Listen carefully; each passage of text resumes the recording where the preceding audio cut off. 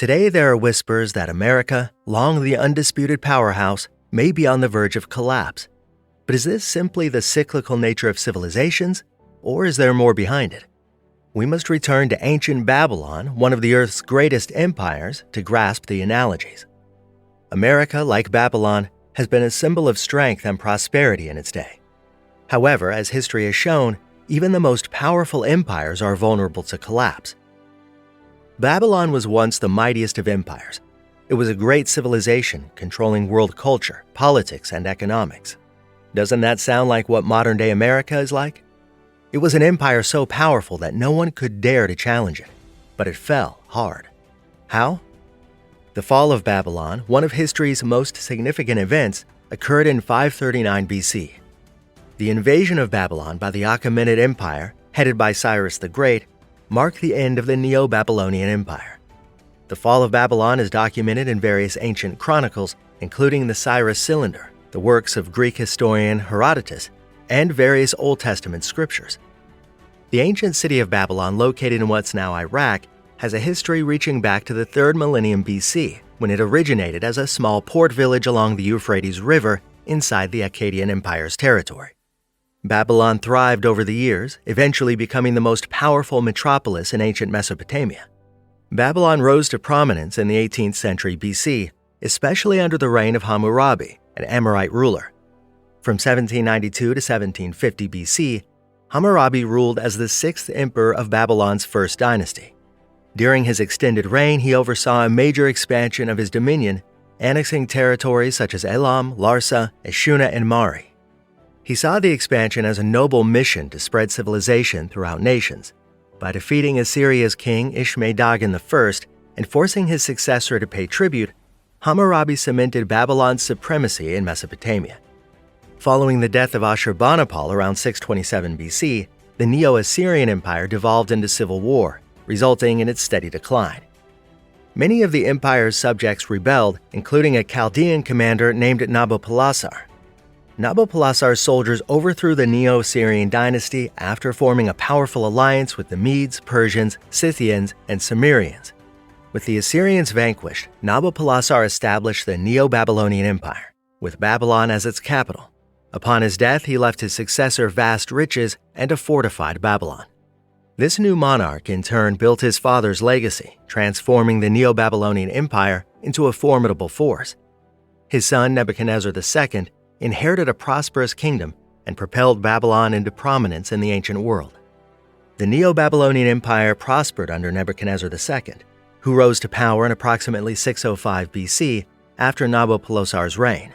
During Nebuchadnezzar II's reign, around 562 BC, the empire controlled extensive lands such as Babylon, Assyria, sections of Asia Minor, Phoenicia, Israel, and northern Arabia. Numerous important actions marked Nebuchadnezzar's legacy.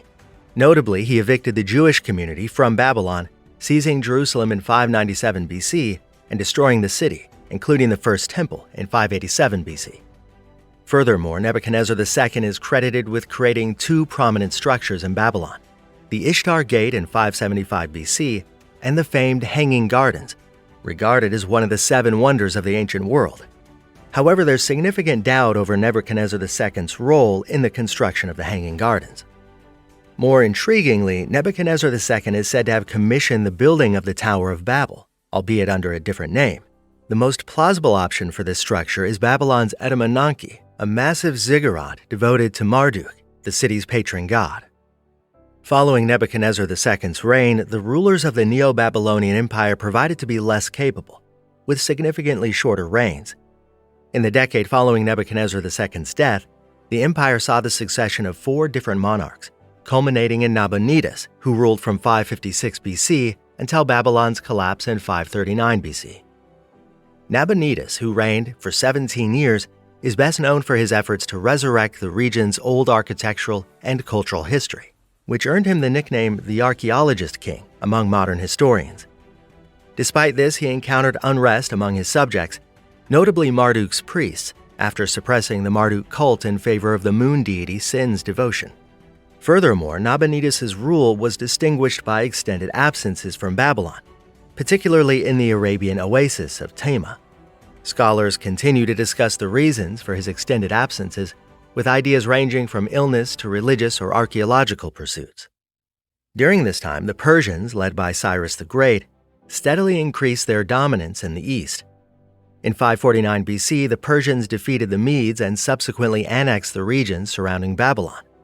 Finally, in 539 BC, the Persians completed their conquest by taking Babylon itself. The destruction of Babylon heralded the end of the Neo-Babylonian Empire's rule. Several ancient historians have recounted this major event, but some contradictions make an accurate reconstruction difficult.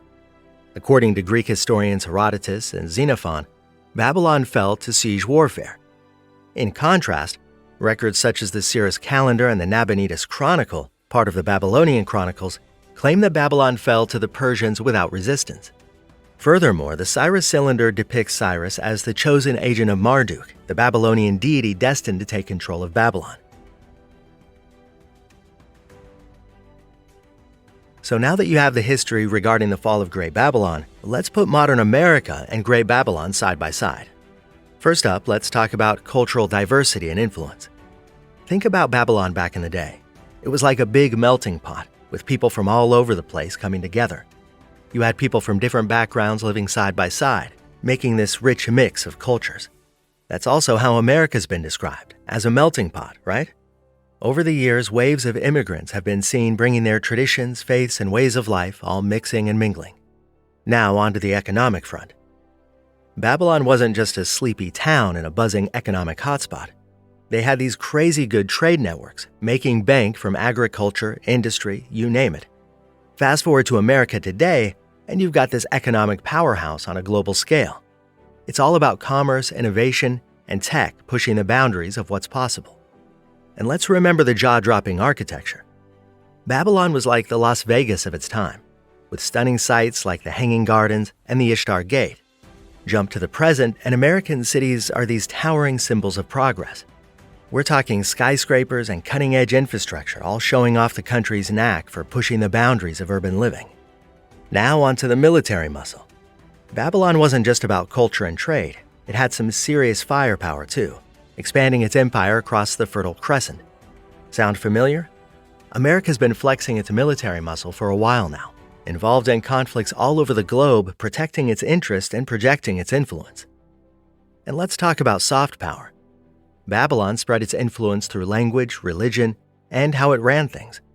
America has its own version of that, but with Hollywood blockbusters, iconic music, and groundbreaking tech. It's all about shaping global trends and how the world sees us. Regarding brains, both Babylon and America have had their moments. Babylon was like a haven for scholars, pushing the boundaries of science, math, and literature. And guess what?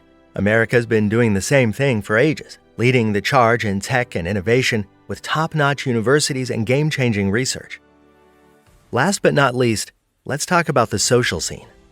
Babylon had its fair share of haves and have-nots, with the king and his crew living large while the common folk scraped by. Sound familiar?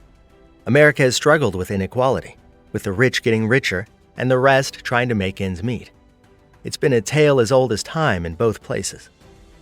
Today, the spotlight shifts to China, with many predicting its rise to global dominance, much like Persia's takeover of Babylon. Persia, led by Cyrus the Great and Darius I, sought to govern the world, or at least a large portion of it. They seized Babylon and made it part of their empire to control those lucrative trade routes and strengthen their dominance. Today, China, led by the Chinese Communist Party, has identical objectives. They're all about displaying their economic strength, claiming territory, and wielding power in locations like the South China Sea and through their Belt and Road Initiative. Now let's talk about how they ran things. Persia's takeover of Babylon was very peaceful. They allowed people to preserve their language, habits, and beliefs, which was unusual back then. China has a different way of doing things. They've always been about centralized control and forcing everyone to conform to Han Chinese culture. Nowadays, they're all about pushing the concept of oneness under Chinese nationalism, even if it means trampling on the rights of people in Tibet and Xinjiang.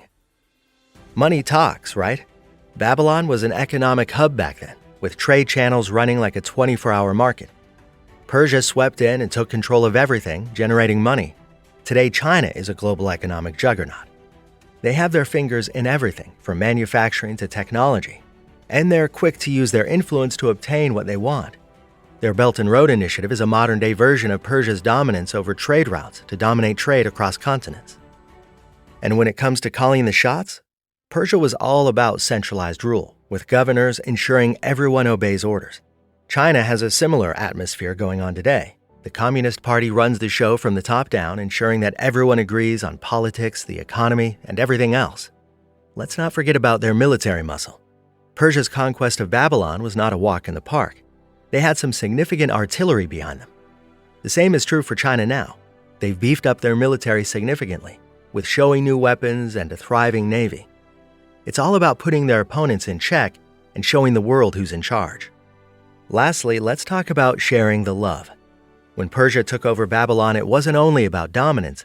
They also wanted to share ideas and technology. Fast forward to now, and China's doing the same thing globally. They're expanding their influence through cultural exchanges, educational alliances, and cutting-edge cooperation in AI and renewable energy fields. Now, expanding our comparison, we find parallels with other great empires throughout history. Take the Persian Empire, for example. Like China today, it tried to broaden its reach while dealing with the complications of administering multiple provinces and managing cultural diversity. Then, the Spanish Empire experienced economic issues similar to China's concerns about debt dependency and environmental deterioration as it expanded rapidly. The Ottoman Empire's internal strife and external challenges parallel China's experiences with regional upheaval and geopolitical issues. Similarly, the collapse of the Russian Empire echoes China's potential weakness due to its autocratic administration and opposition to reform. Furthermore, like past empires, China's development has included periods of cultural and technological stagnation, demonstrating the cyclical nature of power dynamics and the difficulties of maintaining supremacy over time. So, is America the modern-day Babylon? Will China follow in Persia's footsteps? The answers are found in the ebb and flow of power and historical teaching. When civilizations emerge and fall, their legacies reverberate throughout history.